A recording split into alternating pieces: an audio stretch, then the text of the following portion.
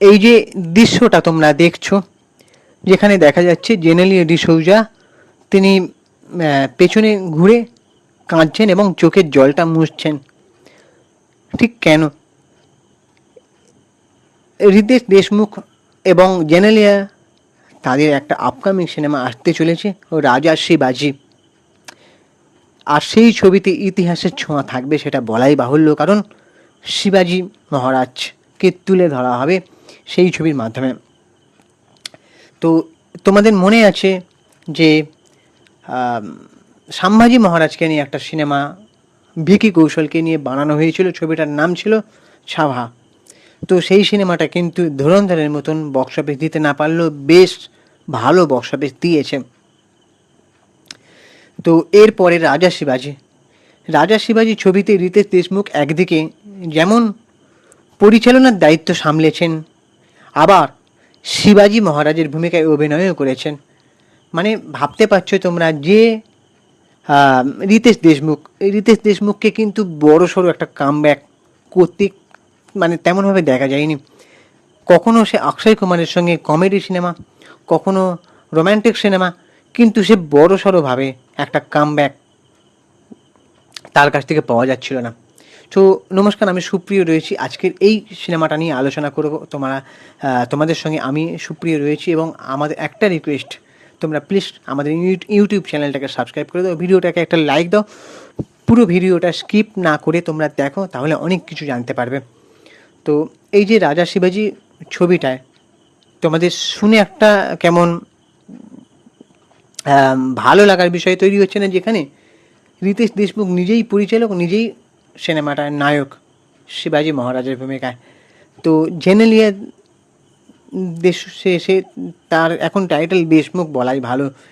জেনেলিয়া দেশমুখ সাইবাইয়ের চরিত্রে অভিনয়ের পাশাপাশি ছবির সহ প্রযোজক হিসাবেও যুক্ত রয়েছেন। মানে পুরো ছবিটার সঙ্গে দুজন স্বামী স্ত্রী ওতপ্রোতভাবে জড়িয়ে রয়েছে। তো মুম্বাইয়ে একটা জমকালো অনুষ্ঠানের মধ্য দিয়ে প্রকাশিত হলো রাজা শিবাজির যে ট্রেলারটা। আর সেই ট্রেলারটা তোমাদের কেমন লেগেছে সেটা কিন্তু অবশ্যই জানাবে আমাকে কমেন্ট বক্সে। এই ছবিকে ঘিরে যে ঐতিহাসিক একটা উন্মাদনার সৃষ্টি হবে সেটা কিন্তু বলাই বাহুল্য।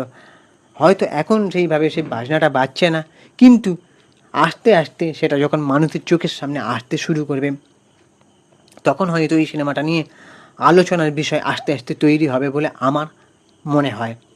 তো এই ছবিটা মারাঠা সাম্রাজ্যের মহান শাসক ছত্রপতি শিবাজি তার জীবন কাহিনী অবলম্বনে একটা ছোঁয়া থাকবে, এবং একটা বৃহৎ বড় একটা ক্যানভাসে ছবিটা নির্মাণ করা হয়েছে।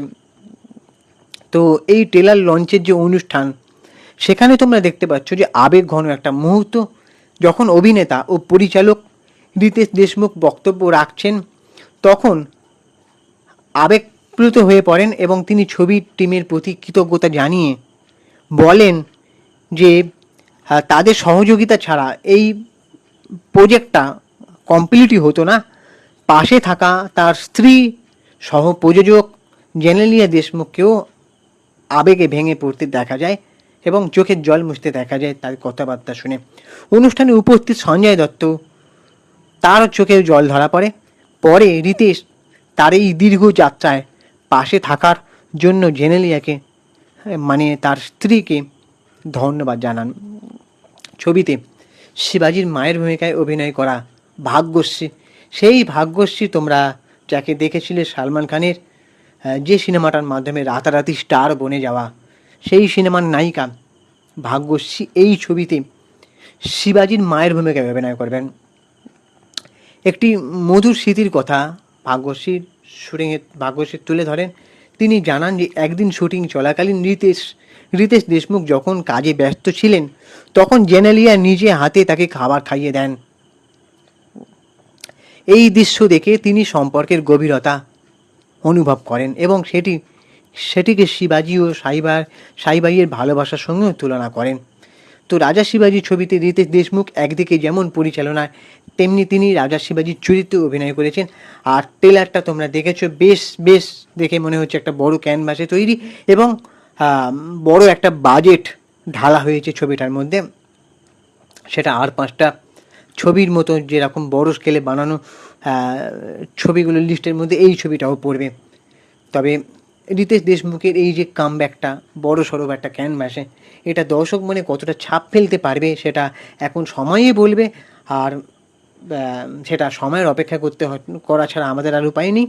তবে জেনেলিয়া দেশমুখ সাইবাইয়ের চরিত্রে যে অভিনয় পাশাপাশি ছবির সহ প্রযোজক, এটাও একটা ভালো লাগছে যে পুরো স্বামী স্ত্রী মিলে ছবিটার মানে মধ্যে যে কীভাবে প্রাণ ঢেলে দিয়েছে, কীভাবে খেটেছে, সেটা কিন্তু তাদের প্রত্যেকটা দায়িত্বের নাম শুনেই বোঝা যাচ্ছে, তাই না? তো এছাড়াও ছবিতে গুরুত্বপূর্ণ ভূমিকায় দেখতে পেয়েছি আমরা অভিষেক বচ্চন, বিদ্যা বালান এবং মহেশ ভামন মাঞ্জারেকরকে। তোমরা জানো এরা খুব ভালো দরের অভিনেতা।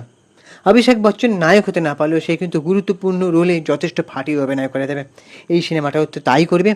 তো জিও স্টুডিওসের প্রযোজনায় নির্মিত এই ছবির সঙ্গীত পরিচালনা করেছেন অজয় অতুল, সিনেমাটোগ্রাফি করেছেন সন্তোষ সিভান এবং রাজা শিবাজি আগামী 1 মে মারাঠি, হিন্দি ও তেলেগু ভাষায় বিশ্বব্যাপী মানে সারা ওয়ার্ল্ড জুড়ে মুক্তি পাবে। তো এখন দেখার ছবিটা কত টাকা ব্যবসা করতে পারে। তো তোমাদের কি মনে হচ্ছে যে এই ছবিটা ধুরন্ধরের মতন ভালো ব্যবসা করতে পারবে? তোমরা অবশ্যই কমেন্ট বক্সে জানাতে পারো। আর রিতেশ দেশমুখ এবং জেনেলিয়া তাদের যে একসঙ্গে প্রত্যাবর্তনটা তোমাদের কেমন লাগছে সেটাও কমেন্ট বক্সে জানিও। আর আমাদের ইউটিউব চ্যানেলটাকে সাবস্ক্রাইব করে দাও, ভিডিওটাকে একটা লাইক দাও। আমি ইনস্টাগ্রামে রয়েছি সুপ্রিয় পৌশালী সিনেমিডিয়া, ওখানে গিয়ে ফলো করে দাও। চলো টাটা, দেখা হচ্ছে পরে ভিডিওতে।